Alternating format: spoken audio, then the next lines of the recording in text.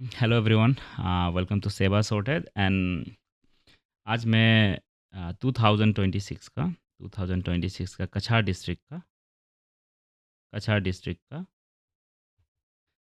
10 का मैथ्स का पेपर जो है वो सॉल्व करने वाला हूँ। 10 का मैथ्स का इस पर जो प्री बोर्ड एग्ज़ाम था। तो इसको शुरू करने से पहले मैं कुछ चीज़ें तुम लोगों को बताना चाहता हूँ कि क्या-क्या इस क्वेश्चन को अगर इस पेपर को सॉल्व करने से पहले क्या-क्या ज़रूरत पड़ सकता था।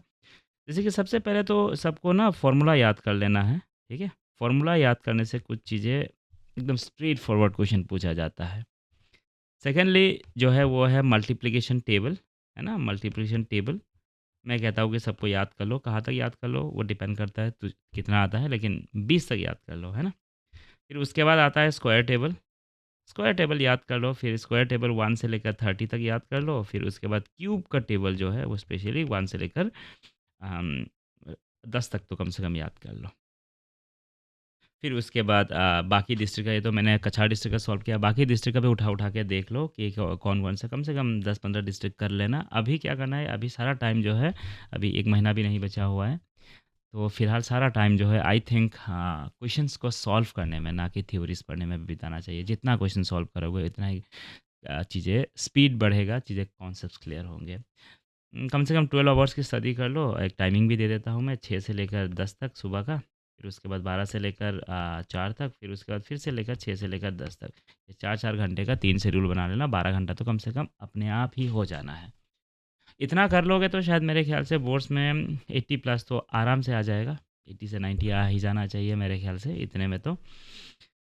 चलो तो फिर हाँ, ये और एक बात, ये मेरा इस चैनल में मैं पहले साइंस के वीडियोस वगैरह बनाते थे, लेकिन फ़िलहाल पहली बार मैं इस तरफ मैं पूरे जो सिलेबस के, जो किसी एक बोर्ड्स का या फिर किसी एक उसका सिलेबस का चीज़ें पढ़ा रहा हूँ। तो मैंने अलग चैनल खोला और मुझे कभी मतलब इतना लॉन्ग फॉर्मेट में वीडियो बनाने का कभी आदत नहीं था। तो मैं हार्डली 5, 6 या 10 मिनट्स का वीडियो बनाता था। तो इस वाले जो फ़ॉर्मेट है इसमें बहुत टाइम लगता है, और दूसरी बात तो इसमें वो क्या नाम है, बहुत मेहनत लगता है कि वीडियो को करने में। तो एडिटिंग में मैंने इतना ध्यान नहीं दिया है कुछ ख़ास, तो बेसिक जो रॉ फ़ॉर्मेट है उसी फ़ॉर्मेट में मैंने वो किया है, जैसे डाल दिया। तो अगर बीच में अगर ऑडियो का भी कोई इश्यू हो तो प्लीज़ मुझे बता देना। और फिर उसके बाद जो दिक्कतें हैं जैसे कि अगर मान लो ऑडियो में अगर या फिर वीडियो में या फिर कुछ चीज़ें मैं कॉन्सेप्ट जल्दी करा रहा हूँ, तो ये सब चीज़ें बता देना। ठीक है? तो सबसे पहले मैं कुछ चलो शुरू करते हैं उसके साथ। तो सबसे पहले मैं कुछ चीज़ें बता देना चाहता हूँ इस स्क्वायर टेबल के बारे में, जो कि मतलब अभी मैंने बोला था याद करने के लिए। अगर आप लोगों ने अगर इसमें ध्यान दिया होगा तो देखना, ये जो स्क्वायर का टेबल जो है, इसमें 1 का स्क्वायर का वैल्यू जो है 1 है ना? फिर 2 का स्क्वायर 4 है, फिर उसी तरह 9 है, फिर उसके बाद देखना अभी जो 4 का स्क्वायर है, उसमें जो वैल्यू जो है वो देखना 6 से एंड हो रहा है। फिर उसके बाद 5 से एंड हो रहा है। 6 तो फिर 6 से एंड हो रहा है, फिर 9 से हो रहा है, फिर 4 से हो रहा है, फिर 1 से हो रहा है, फिर 0 से हो रहा है। तो इसमें अगर एक पैटर्न देखोगे तो कभी भी किसी भी एक नंबर का जो स्क्वायर जो है, वो कभी भी आपका 2, 3, फिर उसके बाद 7, फिर 8, इन सब नंबर से कभी ख़त्म नहीं होता। तुम चेक कर सकते हो, यहाँ पे देखो ये 1, 1, यहाँ पे देखो 1 से ख़त्म हो रहा है, फिर 4 से ख़त्म हो रहा है, 9 से ख़त्म हो रहा है, फिर 6 से ख़त्म हो रहा है, फिर फिर 5 से ख़त्म हो रहा है, फिर 5 से ख़त्म हो रहा है, फिर उसके बाद फिर 5 के बाद फिर 6 से, फिर 9, फिर 4, फिर 1। तो कभी भी 2, 3, 7, 8 से तो कभी ख़त्म हो ही नहीं रहा है। तो अगर ऑप्शन में स्पेशली ये वाला क्वेश्चन जो है, अगर इस वाले का ऑप्शन देखोगे तो इसमें देखो 1 से ख़त्म हो रहा है। इस वाले क्वेश्चन में देख लो, ये 1 से ख़त्म हो रहा है। इस वाले में 1 से ख़त्म हो रहा है। इस वाले में 6 से ख़त्म हो रहा है, इस वाले में 9 से ख़त्म हो रहा है। लेकिन यही एक ऑप्शन है जो कि 2 से ख़त्म नहीं हो रहा है, तो ये वही नंबर होगा जो परफेक्ट नॉन स्क्वायर नंबर होगा। तो सीधा-सीधा ये टिक कर देना है, ठीक है? तो ऑप्शन जो है देखना, उसमें मैं कुछ चीज़ें मैं नोटिस करता हूँ। अगर मान लो 4 ऑप्शन अगर ऐसे दिया गया ना कि ए, बी और सी और डी, है ना? ये कुछ टिप्स है, ए, बी और सी और डी। तो सपोज़ मान लो तुमको नहीं पता कि कौन-सा होगा, लेकिन इतना तो क्लैरिफ़ाई कर सकता हूँ कि मतलब ये नहीं होगा, ये नहीं होगा, ये नहीं होगा। तो इतना तो पता है कि फिर तो यही होना है ना? या तो ऑप्शन जो है अगर तुम्हें नहीं पता, कम से कम तुम्हें 2 नहीं पता, तो भाई इसमें अगर इन्हीं में से किसी एक में या तो ये या तो तुक्का मार लेना। अगर तुक्का ही मारना पड़ा तो तुक्का मारा भी तो इंटेलिजेंटली तुक्का मारा, ऐसा नहीं कि रैंडमली ऐसे कुछ भी उठा दिया, कुछ भी उठा के डाल दिया।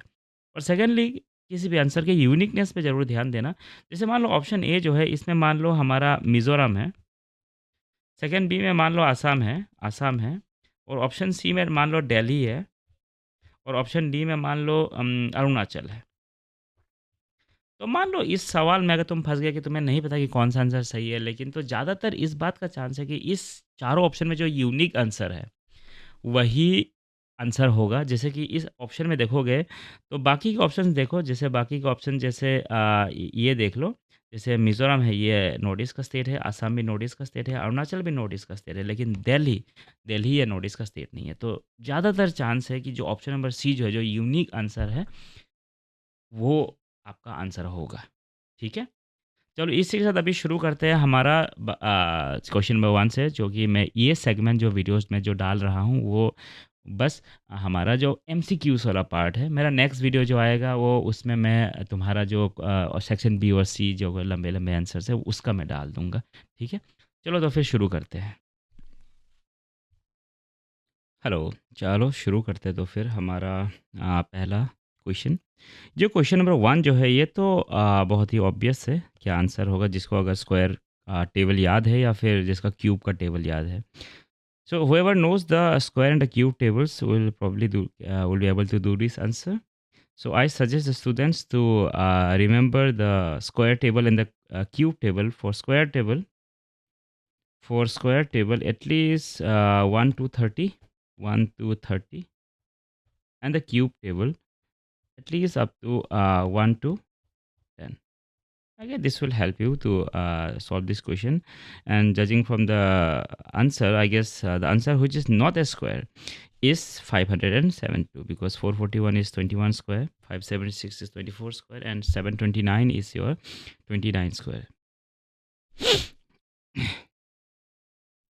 Sorry, 729 is 27 square. Okay. Question number 2.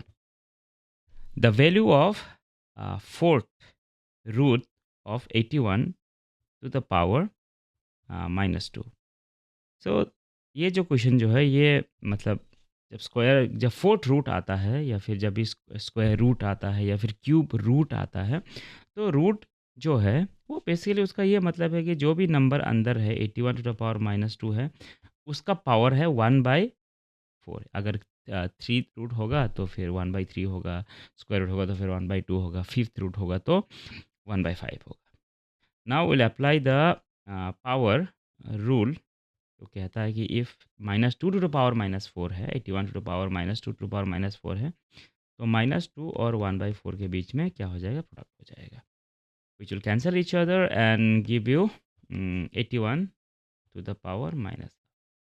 Okay, after this जो एक और ट्रिक है, अगर पावर में अगर तुमको कभी भी माइनस दिख रहा है, तो फिर उस जो भी नंबर बेस में है, जो भी नंबर हमारा बेस में है, उसका इन्वर्स ले लो 81, and that way naturally the minus will be removed. Okay, then after this क्या करना है हमें कि 1/81 है तो पावर 1/2 है, तो स्क्वायर रूट ही है, तो 1 का स्क्वायर रूट आ जाएगा, और फिर 81 का भी स्क्वायर रूट आ जाएगा, और 1 का स्क्वायर मतलब 1 है, 81 का स्क्वायर रूट जो है वो कि 9 है, तो हमारा जो आंसर जो है 1/9, जो कि हमें दिख रहा है ऑप्शन नंबर ए में। अच्छा, चलो अब नेक्स्ट क्वेश्चन देखते हैं।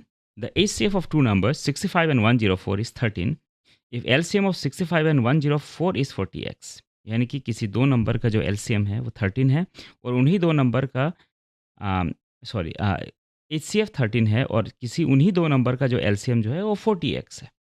यानी कि हमारे पास जो फॉर्मूला आएगा वो है LCM into HCF is equal to the product of two numbers, product of two numbers।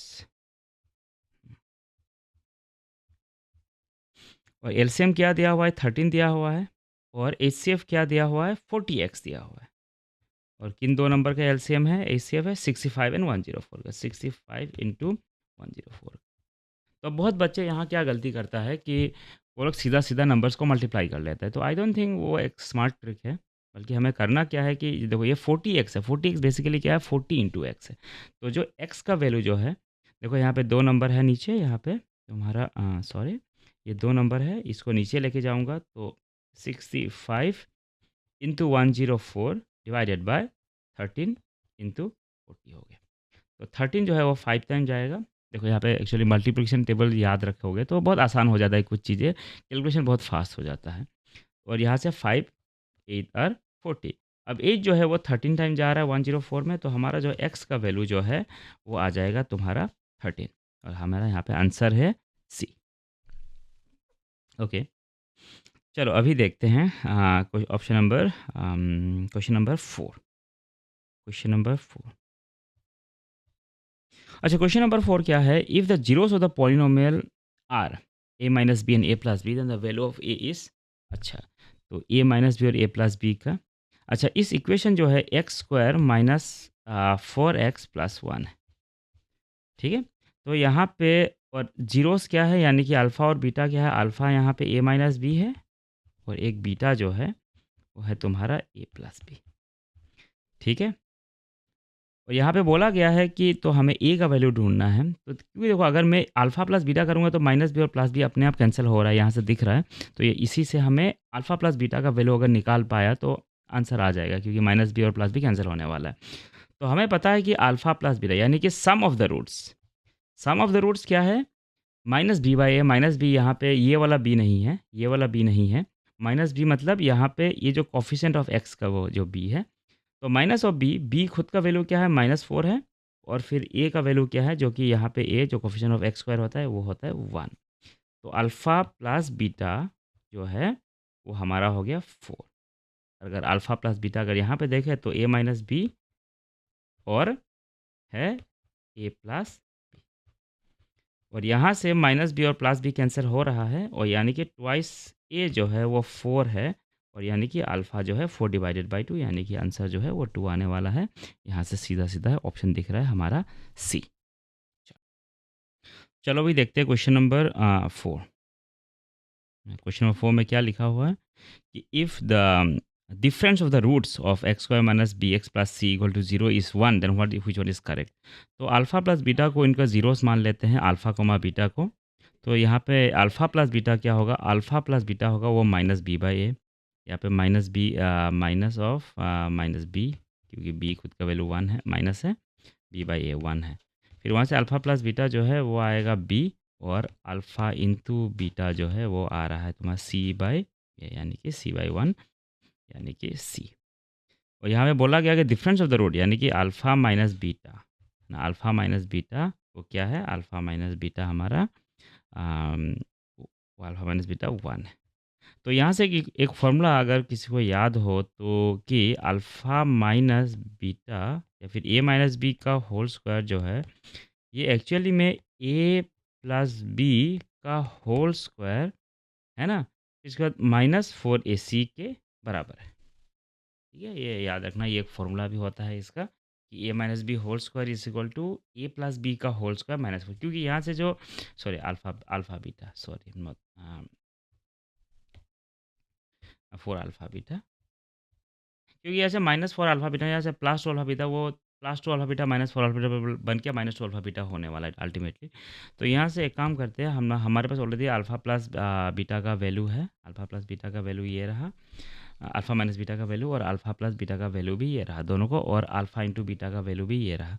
तो तीनों को प्लग कर देते हैं हम लोग इस इक्वेशन में, और अल्फ़ा माइनस बीटा का वैल्यू जो है वो आ गया हमारा 1 का square is equal to alpha plus beta का वैल्यू है हमारा बी का स्क्वायर, -4 अल्फ़ा बीटा का वैल्यू है 4 टाइम्स अल्फ़ा इंटू बीटा का वैल्यू है सी।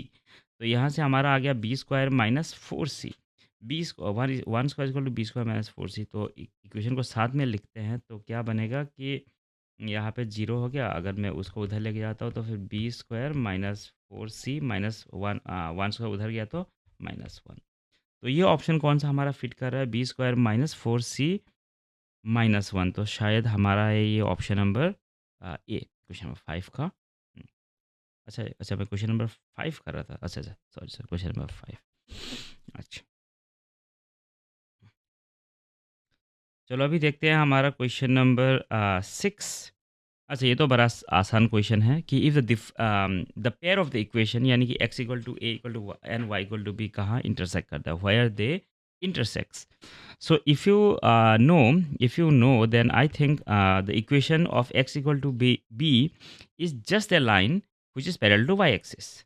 So if I have an equation which is x equal to a and y equal to b, then this equation should be a line which is parallel to y, and this equation should be a line parallel to x. So if I draw this equation, it should look something like this.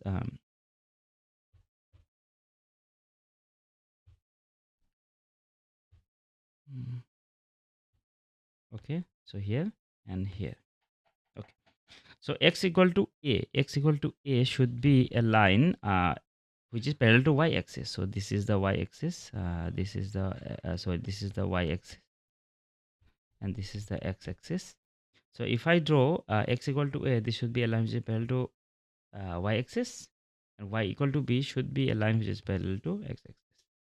And y equal to b means the distance of this line from the x-axis should be at a distance of b, at a distance of b, and this should be at a distance of a. So basically, they will intersect at a distance of a comma b, which is will be their coordinate a comma b. So yeah, so the answer is intersecting at a comma b. I guess this is the answer. Okay. Okay, now let's see the question number 7. If the nth term of the arithmetic progression a n is equal to 2n plus 1, then the first three term of it are. अच्छा, एक तो trick ये है कि a n is equal to twice n plus 1. अगर यहाँ पे अगर जो n का जो कोफिशिएंट है, तो बेसिकली n का यहाँ पे कोफिशिएंट क्या है, n का कोफिशिएंट है तुम्हारा 2. तो जो n का कोफिशिएंट है वही उसका एक्चुअली ए एंड में जो n का कोफिशिएंट होता है वही उसका एक्चुअली कॉमन डिफरेंस होता है. ये एक शॉर्ट ट्रिक है, अगर किसी को नहीं पता तो ये जनरली बोल दिया जाता है, लेकिन फिर भी चलो. तो यहाँ से हमें पता चला कि जो हमारा कॉमन डिफरेंस है यानी कि डी है वो 2 होने वाला है. फिर उसके बाद एक काम करो, ए वन निकाल लेना, बेस्ट है. ए वन का वैल्यू क्या होगा, मतलब एन की जगह 1 बिठा दो, तो सब जगह एन की जगह 1 बिठाना पड़ेगा. 2 इंटू 1 प्लस 1 यानी कि 3. तो इससे ये पता चला कि जो हमारा जो ए वन जो है वो हमारा 3 है. और कॉमन डिफरेंस क्योंकि 2 है तो नेक्स्ट नंबर जो है वो आफ्टर 2 स्टेप होगा, तो 3,5 होगा. फिर नेक्स्ट 2 स्टेप हमारा 7 होगा, फिर नेक्स्ट 2 स्टेप 9 होगा, और इसी तरह से ये चलता जाएगा. And the option that fits this question is I guess 357, which is your option number B. चलो चलो अभी इस क्वेश्चन को देखते हैं. यहाँ पे बोला गया है कि क्वेश्चन नंबर 8 में कि Ram is walking along the line joining the point 1,4 and 0,6. यानी कि राम जो था वो चल रहा था कि ऐसा लाइन में जो 1,4 और 0,6 को ज्वाइन करता है. तो चलो 1,4 और 0,6 को पहले प्लॉट कर लेते हैं इस ग्राफ में. तो 1,4 जो है वो पॉइंट नंबर ए है, और 0,6 जो है वो पॉइंट नंबर बी है. अगर वो इसी पाथ से, इन दोनों लाइन को जोड़ने वाला पाथ से चल रहा था, तो हमें पता चलेगा कि राम का जो पाथ जो था, ये जो लाइन है वो है. फिर उसके बाद जो सबीना जो थी वो चल रही थी एक ऐसा लाइन में जो 3,4 और 1,0 को ज्वाइन करता हो. तो यानी कि 3,4 हमारा ये रहा पॉइंट नंबर सी, और 1,0 जो है हमारा ये रहा पॉइंट नंबर डी. अगर दोनों को अगर ज्वाइन करने वाला पॉइंट में चल रहा था, तो ये रहा वो पॉइंट जहाँ पे सबीना चल रही थी. तो यानी कि राम और सबीना कहाँ मिलेगा, ये वाला पॉइंट ऑफ इंटरसेक्शन में. और ये हमारा पॉइंट ऑफ इंटरसेक्शन जो है, अगर हम उसे कोऑर्डिनेट निकालें, तो हमारा ये जो कोऑर्डिनेट जो है वो है हमारा कितना, 2,2. तो यानी कि यहाँ से आंसर है हमारा 2,2. हाँ, चलो अभी क्वेश्चन नंबर 9 देखते हैं. इसको वैसे करने का 2 तरीका है, एक शॉर्टकट ट्रिक है, फिर एक तो ऐसे नॉर्मल जो तरीका होता है हमारा. तो पहले मैं इसे नॉर्मल तरीका बता देता हूँ कैसे करना है. चलो इसका यहाँ पे बोला गया कि 2 ट्रायंगल है. 2 ट्रायंगल बोला गया, तो चलो 2 ट्रायंगल ड्रॉ कर देते हैं. चलो एक का यहाँ पे बोला गया कि एक का नाम जो है वो तुम्हारा ए है, फिर बी है, एक तो सी है, और फिर दूसरा है शायद आपका डी ई एफ. डी है, फिर ई है, फिर एफ. अब देखो यहाँ पे अगर तुम लोगों ने नोटिस किया होगा, तो अभी पूछा गया है कि कौन सा एंगल बराबर होगा जिससे ये ट्रायंगल जो है वो सिमिलर हो जाए, यानी कि ये रेशियो दिया गया है। तो रेशियो में कौन-कौन सा साइड दिया गया है कि एक तो AB बराबर किसका, यहाँ पे रेशियो क्या दिया गया है? रेशियो दिया गया है कि AB, है ना? AB by DE is equal to BC and FD। तो ये जो ऊपर वाला है ABC ट्रायंगल का है और नीचे वाला हमारा DEF का है। तो AB किसके बराबर, किसका प्रोपोर्शनल है? DE के प्रोपोर्शनल है। तो AB किसके प्रोपोर्शनल है? DE के प्रोपोर्शनल है। फिर उसके बाद और हम DE किसका प्रोपोर्शनल है? BC किसका प्रोपोर्शनल है? FD का। यानी हमारा BC प्रोपोर्शनल है हमारा FD का। तो यहाँ पे इन दोनों आप देखोगे तो यहाँ पूछे कौन सा एंगल बराबर होना चाहिए। तो देखो यहाँ पे ये जो साइड है, ये साइड और ये साइड के बीच में हमारा ये एंगल B है और ये साइड और ये साइड के बीच में हमारा एंगल D है। तो यानी कि B किसके बराबर होना चाहिए? D के बराबर होना चाहिए, जो कि हमारा ऑप्शन नंबर इसमें आता है, कोई ऑप्शन नंबर 9 में। लेकिन अगर ये ना दे के अगर ये सब नहीं दिया है, फॉर एग्ज़ाम्पल मान लो ये सब नहीं दिया गया है, तो तुम करोगे कैसे? है ना? तो पहले हम सीधा क्या करेंगे, इन रेशियो को देखेंगे, जो कि AB है DE का, DE के साथ प्रोपोर्शनल है और BC जो है प्रोपोर्शनल है किसका? FD का।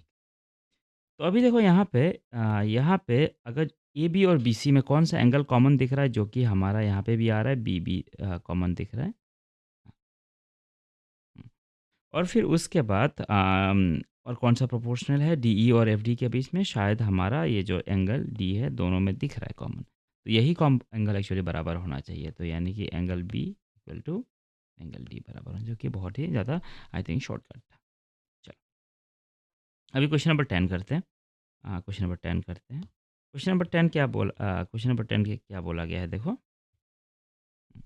क्वेश्चन नंबर 10 बोला गया if cos theta is equal to sine theta, यानी कि हमारा कॉस,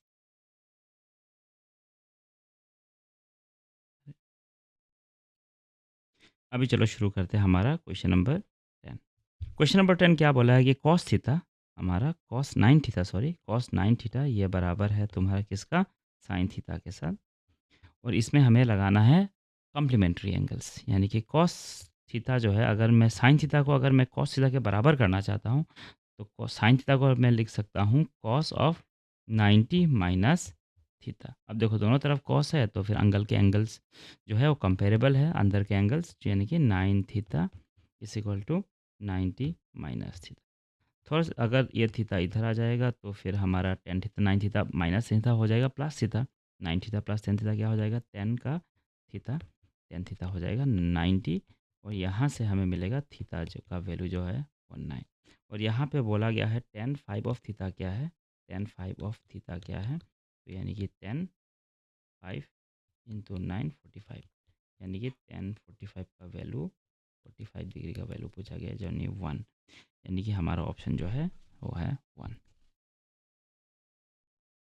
चलो अभी क्वेश्चन नंबर 11 देखते हैं। क्वेश्चन नंबर 11 के लिए ये जो डायग्राम जो है, जो मैंने राइट में ड्रॉ किया है, ये बहुत ज़रूरी है। इसको पहले समझ लेते हैं। अगर इस डायग्राम की बात करें तो यहाँ पे ये एंगल और ये एंगल बराबर होता है। बेसिकली जो हमारा PO जो लाइन है वो APB को बेसिकली बाइसेक्ट करता है, यानी कि आधा में बांटता है। और फिर ये जो एंगल जो है, ये एंगल जो है इसके बराबर होता है। और ये जो एंगल जो है वो 90 डिग्री होता है, ये एंगल जो है तुम्हारा 90 डिग्री होता है। और फिर उसके बाद बेसिकली यहाँ पे जो ट्रायंगल जो है, एक ट्रायंगल जो है AOP, है ना, ये जो ट्रायंगल जो है तुम्हारा AOP, ये ट्रायंगल और फिर ये जो नीचे वाला ट्रायंगल जो है बेसिकली कॉन्ग्रुएंट होता है। ये ध्यान रखना, जिससे बहुत सारे क्वेश्चन सॉल्व हो जाते हैं। तो यहाँ पे बोला गया है कि इंक्लाइन, यानी कि PA और PB जो है, यानी कि PA और PB जो एक दूसरे से इंक्लाइन है कितने में? 80 डिग्री में, 80 डिग्री में। तो यानी कि यहाँ से हमें ये पता चला कि, और क्योंकि OP जो है वो एंगल APB को बीच में से काट रहा है, तो यानी कि 80 डिग्री को बाइसेक्ट करने वाला है बेसिकली। तो यहाँ पे हमारा आएगा 40 डिग्री और फिर 40 डिग्री। तो क्योंकि हमारा ये 90 डिग्री ऑलरेडी है और ये भी 90 डिग्री है, तो ये जो बचा हुआ एंगल जो है हमारा, ये वाला जो बचा एंगल जो है, इसको बड़ा आराम से निकाला जा सकता है। मैं एक और डायग्राम ड्रॉ कर देता हूँ ताकि क्लैरिटी मिले। तो ये 40 डिग्री हो जाएगा, 40 डिग्री हो जाएगा और ये सॉरी ये 40 डिग्री हो, सॉरी सॉरी मैंने गलत डायग्राम ड्रॉ कर दिया। अ, एक और डायग्राम ड्रॉ करता हूँ क्लैरिटी के लिए कि हमारे पास कुछ ऐसा बन रहा है और यहाँ से ये जो एंगल जो है वो हमारा 40 डिग्री बन रहा है और ये जो ऑलरेडी एग्जिस्टिंग हमारा है कितना 90 डिग्री। तो यानी कि अगर हम sum of the angles of a triangle की बात करें तो 90 प्लस 40 कितना हो गया 130 और हमारा टोटल तो 180 है। तो यानी कि ये जो एंगल जो है वो होगा हमारा 50। तो यानी कि ये आंसर जो है हमारा होने वाला है 50। तो यहाँ से बहुत सारा सवाल बन सकता है इस डायग्राम से, तो मैं तो यही कहूँगा कि ये जो हमारा डायग्राम जो है इस डायग्राम को मैं तो कहता हूँ याद कर लो और कहाँ क्या होने वाला है, इससे बहुत सारा क्वेश्चन सॉल्व किया जा सकता है। चलो अभी देखते हैं क्वेश्चन नंबर 12। क्वेश्चन नंबर 12 क्या कर रहा है, area of a sector of a circle with a radius r. तो ये area of sector of angle p, ये तो एक सीधा सीधा फॉर्मूला है। अगर कोई एक सर्कल है और सर्कल है और उसका बीच का सेक्टर का फॉर्मूला बोल बोल रहा है जिसका शायद रेडियस दिया हुआ है। अम, कहाँ गया, हाँ एंगल पी है यहाँ पे, यानी कि ये एंगल पी है और ये जो है इसका रेडियस आर है। तो हमारा एरिया ऑफ ए सेक्टर का फॉर्मूला क्या है, theta by 360, theta by 360 into pi r square. और यानी कि यहाँ पे जो एंगल जो है वो पी है, तो हमारा थीटा की जगह पे क्या आ जाएगा, हमारा थीटा की जगह पे आ जाएगा पी। तो यानी कि p by 360 into pi r square, p by 360 into pi r square कौन सा आंसर है, p by 360 into pi r square sector, p by हाँ।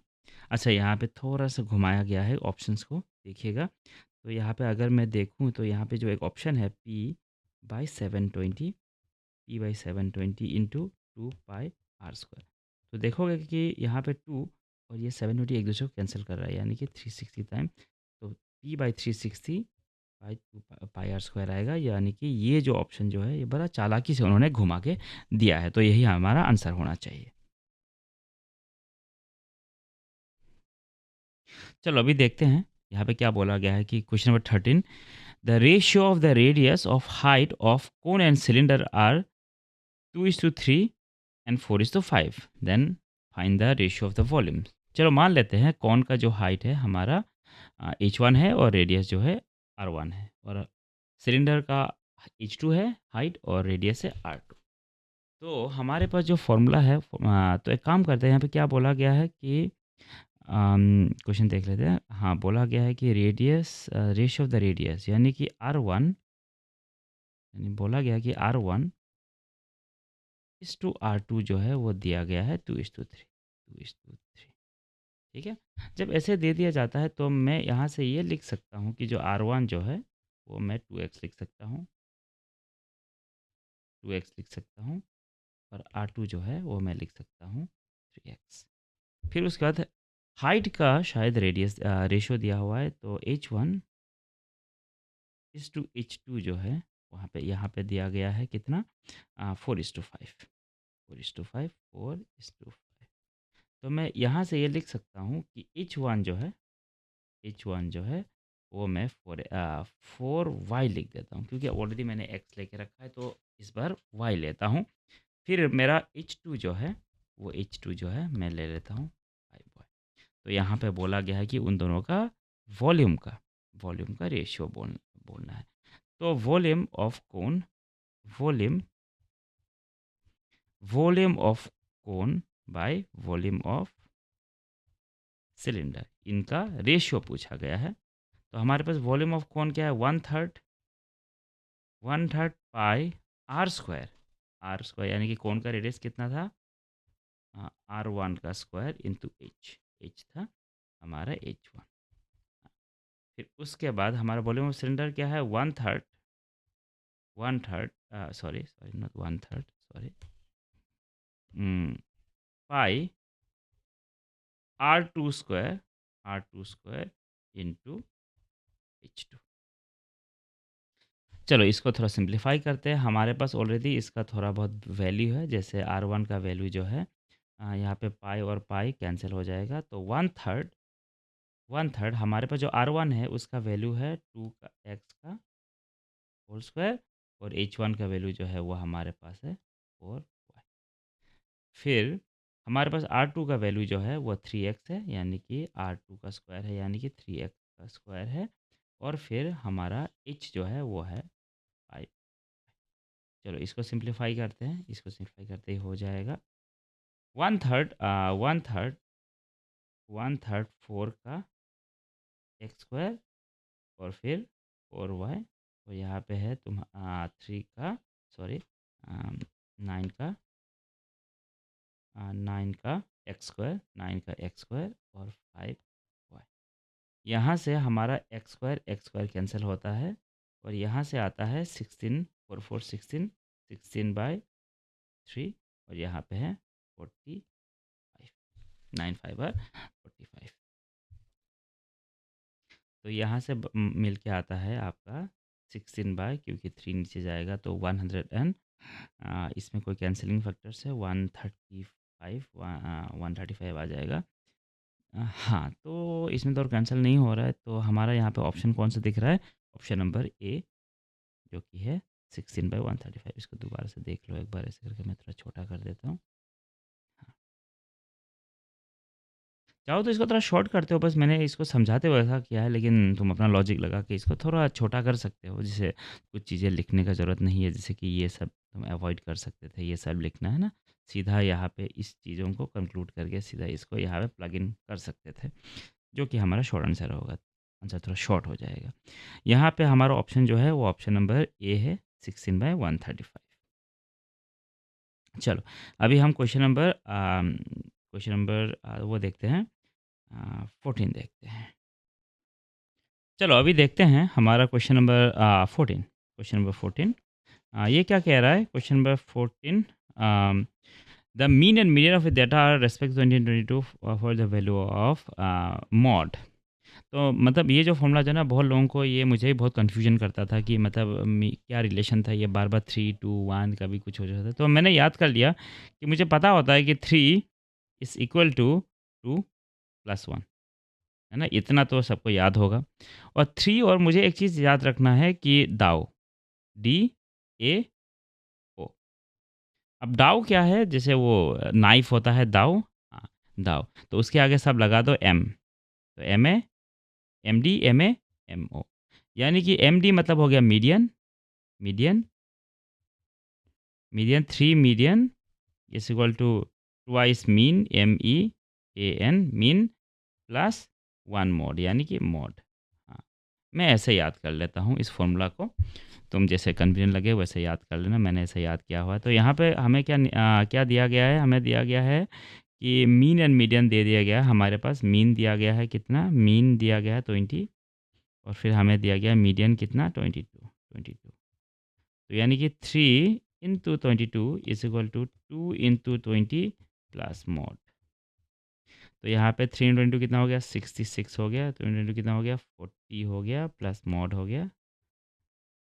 40 उधर जाएगा तो 66 - 40 होगा। फिर हमारा यहाँ से मोड का जो वैल्यू जो है वो 66 - 40 होगा, और फिर वहाँ से हमारा आएगा 26। तो हमारा आंसर कौन सा बना? Option number b. अच्छा, और क्वेश्चन नंबर 15 तो बहुत इजी है। PA denotes the probability of A event A which the following is true. यानी किसी भी इवेंट का प्रोबेबिलिटी जो है वो 1 हो सकता है और 0 भी हो सकता है, और कोई भी नंबर हो सकता है 0 के बीच में। ऑप्शन नंबर ए नहीं हो सकता, सॉरी, ऑप्शन नंबर ए नहीं हो सकता हमारा, क्योंकि ऑप्शन नंबर ए जो है वो क्या बता रहा है कि वो 0 के बराबर तो हो सकता है, लेकिन 1 के बराबर नहीं हो सकता, क्योंकि देखो PA लेस देन 1 है, इक्वल टू 1 नहीं है। ठीक वही प्रॉब्लम यहाँ पे भी है कि वो 1 के बराबर तो हो रहा है, लेकिन 0 के बराबर नहीं हो रहा है। ठीक, और यहाँ पे तो 0 और 1 है ही नहीं, क्योंकि 0 से ऊपर होना चाहिए। PA greater than 0 and less than 1, equal to नहीं है। तो जो ओनली ऑप्शन जिसमें बराबर है, और वो है शायद ऑप्शन नंबर सी, और यही हमारा आंसर होना चाहिए। चलो क्वेश्चन नंबर 16 की बात करते हैं। क्वेश्चन नंबर 16 जो है, ये जो है जो लोग बैंकिंग वगैरह का जो एग्ज़ाम करते हैं ना, ये बहुत कॉमन, बहुत मतलब ये सवाल पूछा जाता है, और जो बहुत सारे जॉब वगैरह में मैंने जनरली नोटिस किया है। तो यहाँ पे बोला गया 3A = 4B = 6C। तो मैं करूँ क्या कि इसका रेशो निकालूँ? मैं 3 4 6 नहीं बोल सकता इसमें। 3 4 6 बोलने से गलत हो जाएगा। यानी कि मैं अगर इसका रेशो निकालना चाहता हूँ, मैं कुछ ऐसा नंबर चाहता हूँ कि A/समथिंग, B/समथिंग, C/समथिंग, तब जाके मैं वो रेशो बोल सकता हूँ। तो सबसे आसान तरीका है कि 3 4 और 6 का मैं एलसीएम निकालूँ, और जिन जिनको पता है एलसीएम निकालना, तो इसका जो एलसीएम जो है वो एलसीएम आएगा तुम्हारा 12। तो मैं क्या करूँगा, सब जगह 12 से दोनों सब तरफ डिवाइड कर दूंगा, और ये वैलिड है क्योंकि हर अगर कर रहे हो तो सभी साइड करना चाहिए। तो ये देखो, ए जो है 3 और 12 गया कितना बार, 4 बार गया, और बी क्योंकि 3 4 टाइम्स, और 4 हमारा कितना टाइम्स, 3 टाइम्स, तो बी बाई 3 आया, और सी बाई कितना आया, 6 कितना बजाएगा, 2 टाइम जाएगा, सी बाई 2। तो हमें ए बी सी 4 3 2 मिला। तो यानी कि हमारा ए इस टू बी इस टू सी जो है वो हमारा होगा 4:3:2, और जो ऑप्शन हमारा यहाँ पे है कौन सा है, 4:3:2, वो है ऑप्शन नंबर डी। लास्ट में इस ऑप्शन का क्वेश्चन नंबर 17 देखते हैं, हमारा लास्ट में क्वेश्चन क्या है इस पेज का, क्वेश्चन नंबर 17।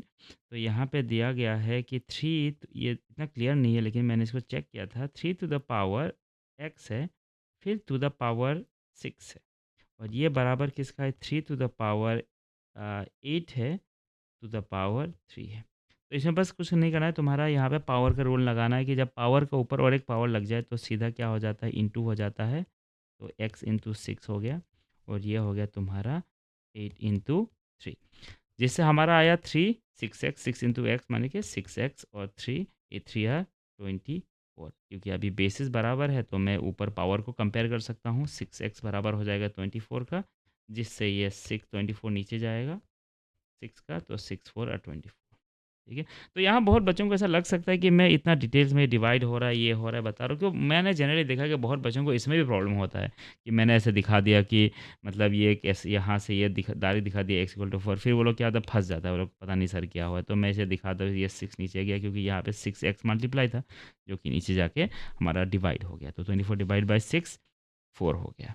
तो हमारा, चलो अभी क्वेश्चन नंबर 18 देखते हैं। क्वेश्चन नंबर 18 क्या बोल रहा है कि जो हमारा 7560 जो है, ये इसका डेसिमल एक्सपेंशन है 2 टू द पावर 3, फिर 3 टू द पावर p, और फिर q इंटू 7, यानी कि इन सब ये 7560 का फैक्टर्स है। क्या क्या फैक्टर्स है, 2 3 q और 7, q क्या है वो निकालना है। तो सबसे पहले एक काम करो, हम 75 इधर ही कर देता हूँ, 7560 को हम क्या करते हैं, 7 से डिवाइड करके देख लेते हैं क्या आता है। तो 7 1 टाइम 7 आएगा, फिर ये आया 5 टाइम, तो नहीं गया, तो फिर 6 आ गया, फिर 8 और 56 हुआ, फिर 1080 आ गया। हाँ, फिर 10, हाँ, तो अभी इसके बाद हम लिख सकते हैं, फिर ये 1080 आया, फिर 1080 को मैं काम करता हूँ 2 से डिवाइड करने की कोशिश करता हूँ, तो 2 540 टाइम आएगा, फिर से 2 से जाएगा 200, 270 जाएगा, फिर ये 2 से जाएगा हमारा 135 से जाएगा। मुझे कहीं कहीं कहीं ना कहीं लग रहा है कि 5 आने वाला है क्यू में, क्योंकि 135 फैक्टर बन चुका है। फिर उसके बाद चलो फिर से, हाँ ये 2 तो 3 टाइम जा ही रहा है, हमें यहाँ से दिख रहा है कि 3 टाइम जा रहा है। फिर उसके बाद हम 3 से भी कोशिश कर लेते हैं, पी एन क्यू, हाँ, तो 3 से कितना बार जाएगा, 3 से जाएगा 3 4 और 12, फिर 1 5 45, फिर 3 से और कितना बार जाएगा, 3 15 आ जाएगा, फिर 3 से जाएगा और 5 टाइम। तो बेसिकली हमारा जो 7560 जो है, 7560 जो है वो 2 से तो गया 3 बार, और फिर 3 से गया कितना बार, 1 2 3 बार, 3 से भी गया 3 बार, फिर उसके बाद 5 से गया 1 बार, और फिर 7 से गया 1 बार। तो अगर दोनों को कंपेयर करोगे तो हमें मिलेगा कि जो p का वैल्यू जो है, p का वैल्यू जो है वो 3 मिल रहा है, p का वैल्यू 3 और q का वैल्यू 5, जो कि ये रहा हमारा आंसर में। चलो अभी नेक्स्ट क्वेश्चन देखते हैं। नेक्स्ट क्वेश्चन हमारा क्या है, नेक्स्ट क्वेश्चन में लिखा गया है कि डेसिमल एक्सपेंशन ऑफ 13, सीधा बात बिना कोई बकवास का, 13 को डिवाइड कर दो सीधा 3125 से, 3125 से। तो नहीं जाएगा तो पॉइंट लगाना पड़ेगा, जाहिर सी बात है, पॉइंट लगा के 0 आ गया, अभी भी नहीं जा रहा है, तो यानी कि एक और 0 लगा के, एक और 0 लगा दो, अभी भी नहीं जा रहा है, अभी 0 लगा दो, तो ये शायद जाएगा। अभी 13,000 हो गया, तो ये तकरीबन तकरीबन 4 से तो जाना चाहिए। अगर ये 4 से जाएगा तो 0.004 कौन सा ऑप्शन में है, 0.004, तो देखो ये रहा जो ऑप्शन दिख रहा है हमें, 0.004 बाकी तो 0.04 है, 0.0004 है। तो the only option where there are 2 zeros after point is option number b 0.004। तो इतना मतलब एक्सपेंशन नहीं करना था इसमें। तो जिन लोगों ने सोचा कि ये बहुत बड़ा है तो वो गलत कर रहा है। चलो अभी देखते हैं option number 20। Option number 20 linear polynomial कौन-सा है? एक ऐसा पॉलिनोमियल जिसमें पावर 1 हो। पावर 1 जो है इसमें ए का शायद हमारा मिलेगा ए का 4, ए का 4, ए का 4, फिर उसके बाद क्वाड्रेटिक यानी कि पावर 2 होना चाहिए। पावर 2 कहाँ पे आ रहा है? पावर 2 आ रहा है 2x स्क्वायर। पावर 2 आ रहा है ऑप्शन नंबर 3 में, जिसमें हाईएस्ट पावर आ रहा है। बहुत लोगों को लगा कि ऑप्शन नंबर 1 है, लेकिन इसमें देखा 6x क्यूब है, जिसकी वजह से नहीं बनेगा। क्यूबिक पॉलिनोमियल यानी कि पावर 3 होना चाहिए, तो ऑप्शन नंबर सी जो है वो ज़ाहिर सी बात है 1 में बनेगा। और डी जो है बाई क्वाड्रेटिक यानी कि पावर कितना होना चाहिए? पावर होना चाहिए तो द पावर 4 यानी कि ऑप्शन नंबर 2। तो ये जो भी ऑप्शन मैच कर रहा है तो वहाँ पे बनेगा ये आंसर। पता नहीं कौन सा है, चेक कर लेना। A4 B3 C1 D2 ये जो भी ऑप्शन है, मतलब मैंने शायद क्लिक कर दिया था। ठीक है, चलो। अच्छा, चलो क्वेश्चन नंबर 21 करते हैं। क्वेश्चन नंबर 21 क्या कहता है? If the sum of the zeros of the quadratic polynomial, हमारे पास पॉलिनोमियल क्या है? एक्स स्क्वायर माइनस 2 के एक्स प्लस 8। अब इसमें जो ए है, ए क्या 1 है, क्योंकि जो ए क्या है, जो एक्स स्क्वायर के साथ जो कोफिशिएंट होता है। अब बी क्या है? बी है हमारे पास माइनस ट्वाइस ऑफ के। और सी क्या है? सी है हमारे पास 8। सी है हमारे पास। तो यहाँ पे बोला गया if the sum of the zeros, तो हमारे क्वेश्चन यहाँ पे बोला गया कि सम ऑफ द ज़ीरोज़ जो है, सम ऑफ द ज़ीरोज़ जो है, सम ऑफ द ज़ीरोज़ जो है वो क्या है? वो है 1। अच्छा, हमें पता है कि sum of the zeros actually में क्या होता है? Is equal to minus of b by a. वो प्लग इन करके देख लेते हैं कि क्या वैल्यू आता है। माइनस बी बाई ए जो कि और दिया गया है 1। बी माइनस बी, बी क्या है? बी है माइनस ट्वाइस ऑफ ए। और ए क्या है? ए है 1 और जिससे बना 1। तो हमें यहाँ से पता चला कि ट्वाइस के जो है वो 1 है। और यहाँ से हमें पता चला कि के का वैल्यू जो है वो कि हाफ है। अगर के का वैल्यू अगर हाफ है तो यहाँ पे बोला गया कि असर्शन जो है वो गलत साबित हुआ, क्योंकि यहाँ पे के का वैल्यू जो है बोला गया है 1 है। हमारे हिसाब से के का वैल्यू हाफ आया है। Sum of the zeros the polynomial is minus of b by a. तो हमारा ये तो सही गया ऑप्शन। तो assertion is not true but the reason is true. तो हमारा सही ऑप्शन जो आएगा वो ऑप्शन नंबर डी आने वाला है। चलो अभी क्वेश्चन नंबर 22 देखते हैं। यहाँ पे दिया गया है कि एक्स का square minus p of x plus 1 plus c. जो इसके जो ज़ीरोस है वो है तुम्हारा अल्फ़ा एंड बीटा। चलो पहले तो इस इक्वेशन को अरेंज कर लेते हैं। एक्स का square minus p x minus p plus c. देखो अब यहाँ से x square minus p x c minus p, ये ज़रूरी था क्योंकि इससे हमें पी अलग हो गया, वरना हम एक्चुअली इस फॉर्म में हम लाना चाहते थे, जो कि a x square plus b x plus c वाला फॉर्म है। हाँ, तो अभी जैसे ही ये फॉर्म आता है, अभी देखो यहाँ पे, यहाँ से अगर हम अल्फ़ा प्लस बीटा का वैल्यू निकालें तो अल्फ़ा प्लस बीटा क्या होगा? Minus of b by a minus of b. B क्या है यहाँ पे? माइनस पी है। और ए का वैल्यू क्या है? 1 है, जो कि पी आएगा। तो यानी कि अल्फ़ा प्लस बीटा का वैल्यू क्या आया? पी आया। और alpha into beta, alpha into beta क्या आया? सी माइनस पी आया। ठीक है, तो ये दोनों इक्वेशन हमारे लिए ज़रूरी होगा। अब देखो यहाँ पे क्या बोला गया है कि alpha plus beta, alpha plus 1 into beta plus 1 equal to 0 है, ये दिया गया है। तो alpha plus 1 into beta plus 1 का वैल्यू जो है वो क्या है? 0 है, दिया गया है। तो पहले इसको क्रॉस मल्टीप्लाई कर डिस्ट्रीब्यूट कर देते हैं। तो alpha into beta plus one time of beta plus 1 equal to 0। तो अल्फ़ा इंटू बीटा क्या हो गया?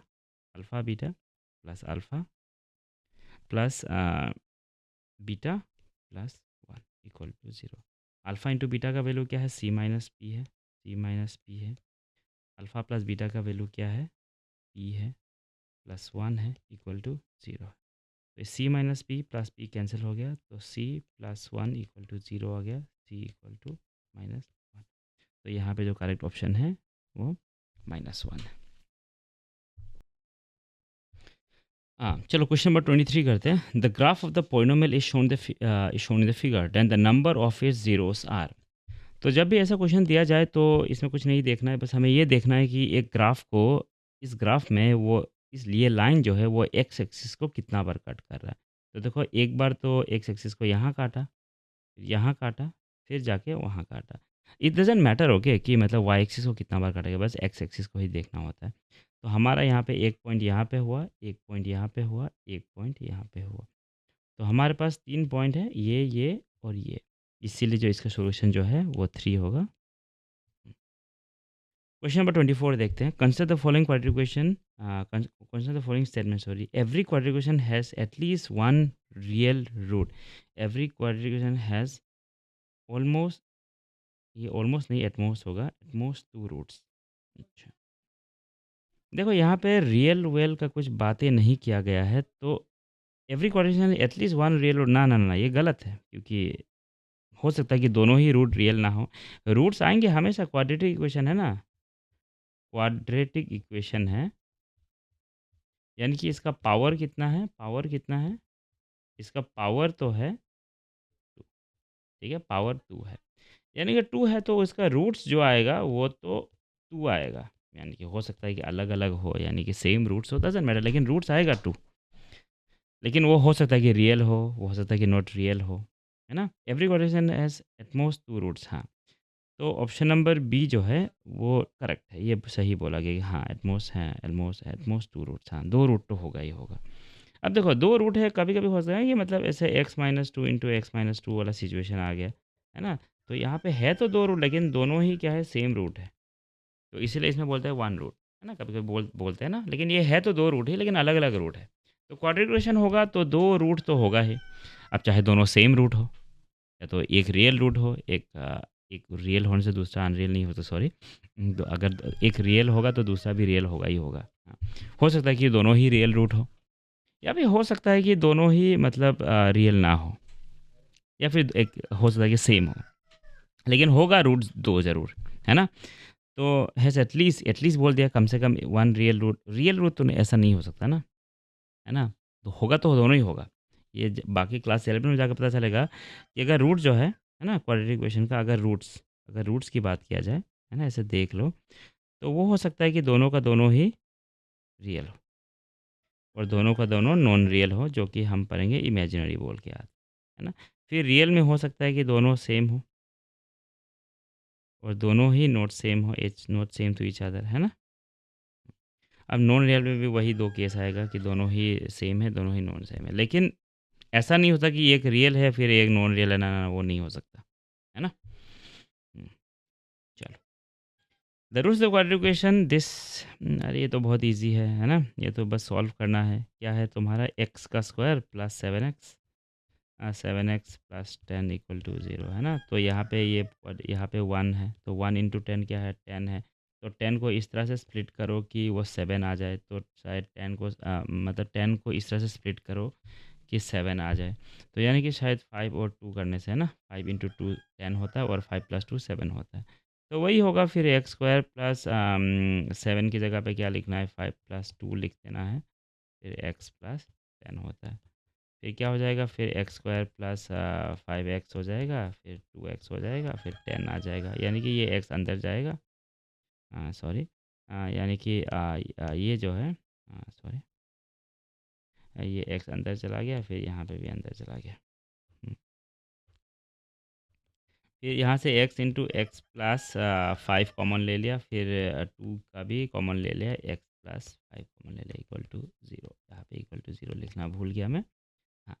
फिर यहाँ से मैंने x प्लस 5 कॉमन ले लिया, फिर अंदर रह गया x प्लस 2 इक्वल टू 0। यहाँ से x इज इक्वल टू -5 और x इज इक्वल टू -2 ले लिया। तो हमारा -5 और -2, हाँ, तो शायद ये रहा हमारा ऑप्शन। देखो यहाँ कुछ चीज़ें ना मैं मतलब थोड़ा शॉर्ट में भी कर रहा हूँ, क्योंकि अभी जब प्री बोर्ड का क्वेश्चन सॉल्व करते, मैं कॉन्सेप्ट यहाँ समझाने नहीं लग रहा हूँ, क्योंकि मैं इतना तो मान के चल रहा हूँ कि कुछ बेसिक कॉन्सेप्ट जो हर एक चैप्टर के होते हैं वो स्टूडेंट्स को पता है। तो मैं इतना इन डेप्थ नहीं जाने वाला यहाँ पे, क्योंकि मतलब मैं कुछ चीज़ें मैं मान के चल रहा हूँ कि पता है। चलो क्वेश्चन नंबर अभी 26 देखते हैं। क्वेश्चन नंबर 26 में क्या कहा गया है कि Harish correctly solve a pair of linear equation in two variables and found their only point of intersection as 3 -2। यानी कि दो इक्वेशन, यानी कि दो लाइन को जब सॉल्व किया गया, दो लाइन को जब सॉल्व किया गया, तो दोनों लाइन को जब सॉल्व किया गया तो क्या आया, दोनों का 3 -2 दोनों को सेटिस्फाई करा, यानी कि जो इंटरसेक्टिंग पॉइंट है ना, 3 -2 दोनों को क्या कर रहा है, सेटिस्फाई कर रहा है, यानी कि वही इंटरसेक्टिंग पॉइंट होना चाहिए। तो जिसमें से एक इक्वेशन ऑलरेडी उसको मिल गया है, x minus y is equal to 5। हाँ, ये देखो 3 को सेटिस्फाई भी कर रहा है। तो जो दूसरा इक्वेशन है जो इसको सेटिस्फाई कर रहा है वो कौन सा होगा। देखो यहाँ से और भी देखो, यहाँ पे देखो ऑप्शन कुछ में क्या है कि ओनली टू एंड थ्री, तो यानी कि अगर एक इक्वेशन ऑलरेडी ये है, हो सकता है कि यहाँ से ये गया हो, ये भी गया हो ना, तो एक पॉइंट से बहुत सारा लाइन जा सकता है, तो उस हिसाब से जितना लाइंस बनेगा उतना इक्वेशन बनेगा, तो ऐसा नहीं है कि बस दो ही इक्वेशन बनेगा। चलो तो दूसरा इक्वेशन लाइन जो है वो ढूंढते हैं।